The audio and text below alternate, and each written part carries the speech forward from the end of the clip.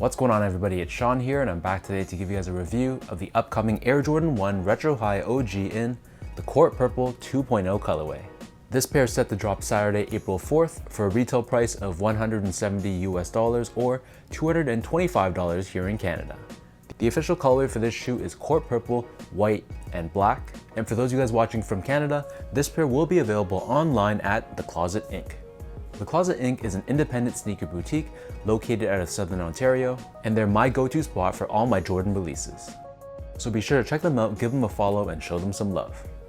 As an unofficial follow-up to the 2018 version of the Court Purple Jordan 1s, comparing the two, you guys can see that the 2.0s have much more white to them compared to the 1.0s that were predominantly black.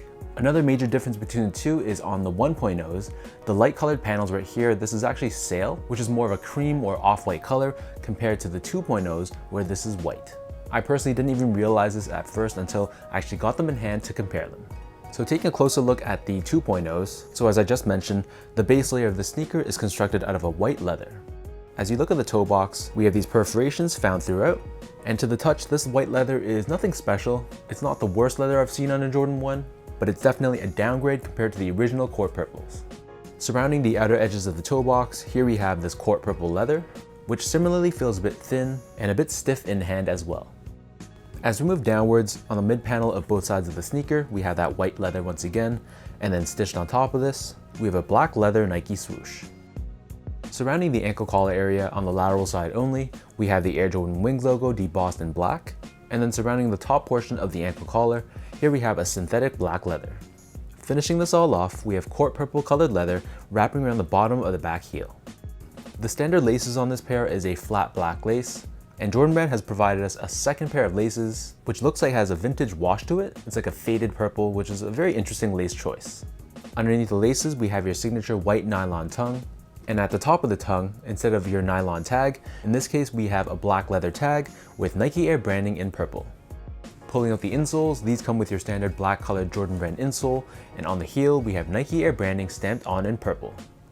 The upper of these Jordan 1s sits atop this all white colored midsole, and encapsulated underneath the heel but not visible to the eye, we have a Nike Air sole unit for cushioning.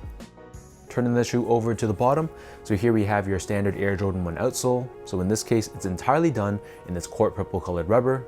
We have this circular pivot point on the forefoot and Nike branding right in the center. In terms of how these fit, so these fit the same to me as most of my other Jordan 1s, so I recommend sticking with your normal size. For most people, that means sticking true to size. For me, because I have slightly wider feet, I just prefer going up a half size because of this area right here. But again, that's just my personal preference. And for most of you guys, I'd probably recommend sticking true to size. Next up, from a comfort standpoint, so again, nothing special here. This is your normal Jordan 1, so it's gonna feel very firm on feet. You'll feel very flat to the ground, and it's fine for just an everyday sneaker, but there's not much from a softness and cushioning standpoint. Last but not least, I touched upon this earlier, the quality of the sneaker is just okay. The materials were fine, but again, compared to the Court Purple 1.0s, they were a step down. The leather on the upper felt pretty thin and it definitely wasn't premium, but at the same time, it wasn't the worst leather I've ever seen, so it's kind of run-of-the-mill average.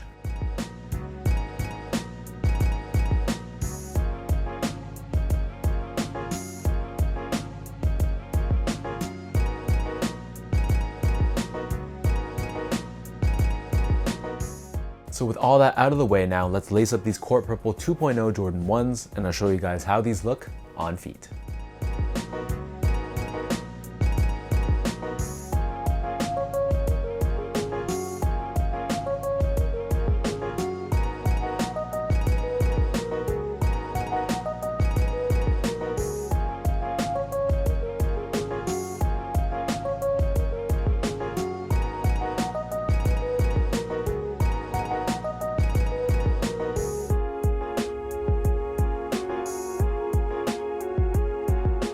Between the Court Purple 1.0s and the 2.0s, honestly, both of them are actually really nice. If you're someone that prefers a bit more black in your shoes and you like the better quality, then the original or 1.0s would be your better choice. But at the same time, these 2.0s are also very clean. But if you prefer your shoes to be a bit more white based, and if you prefer the Chicago 1 style color blocking, then these 2.0s might be the better fit. Honestly, there is no right or wrong answer. Both of these shoes are really dope, and you can't go wrong with either pair. If I had to guess, I would predict that these Court Purple 2.0s are going to sell out, especially with the untimely death of Kobe Bryant. Seems like purple is a pretty popular color these days, so I don't expect these to sit on websites very long. So I'm curious to know what you guys think of these Court Purple 2.0 Air Jordan 1s. Between this one and the OGs, which one do you guys prefer? And do you guys plan on copying these this coming Saturday, April 4th? If you guys like this video, be sure to like, comment, and subscribe. Give me a follow on Instagram at sgo8. Check out my Twitter at sean.go and visit my website at seango.ca. Before I end this video, one final shout out goes out over to The Closet Inc. So again, for those of you guys watching from Canada and you are trying to cop this, they will be getting this on April 4th. So check out their website to get all the information you need.